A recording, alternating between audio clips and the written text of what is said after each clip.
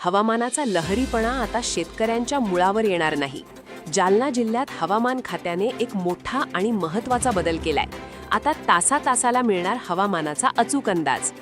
जालना जिल्ह्यात आता 4 ठिकाणी स्वयंचलित हवामान केंद्रे आणि 3 प्रमुख नद्यांवर सरिता मापक केंद्रे कार्यान्वित करण्यात आली आहेत. यामध्ये गोलापांगरी, जालना शहर, जाफराबाद आणि शहागड या ठिकाणांचा समावेश आहे. विशेष म्हणजे जालना शहरातील मनपा आयुक्तांच्या बंगल्याजवळ एक मुख्य केंद्र सज्ज झालं आहे.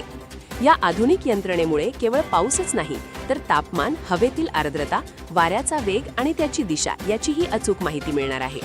जिल्ह्यातील साळेगाव, सेवली, अंबड, आष्टी आणि चिंचखेडसह एकूण 13 ठिकाणी बसवलेल्या पर्जन्यमापक केंद्रांमुळे पावसाची आकडेवारी आता मानवी हस्तक्षेपाशिवाय थेट उपलब्ध होणार आहे. पूर्णा, गोदावरी आणि दुधणा नद्यांवर बसवलेल्या सरिता मापक यंत्रणेमुळे नदीपात्रातून किती पाणी वाहून गेले आणि पुराचा धोका किती आहे याची पूर्वसूचना वेळेत मिळणार आहे. यामुळे नदीकाठच्या गावांना वेळीच सतर्क करणं आता शक्य होईल. हा सर्व डेटा नाशिक येथील मुख्य कार्यालयाकडे जाईल आणि तिथून शेतकऱ्यांना शेतीच्या नियोजनासाठी हवामानाची नेमकी स्थिती कळवली जाईल.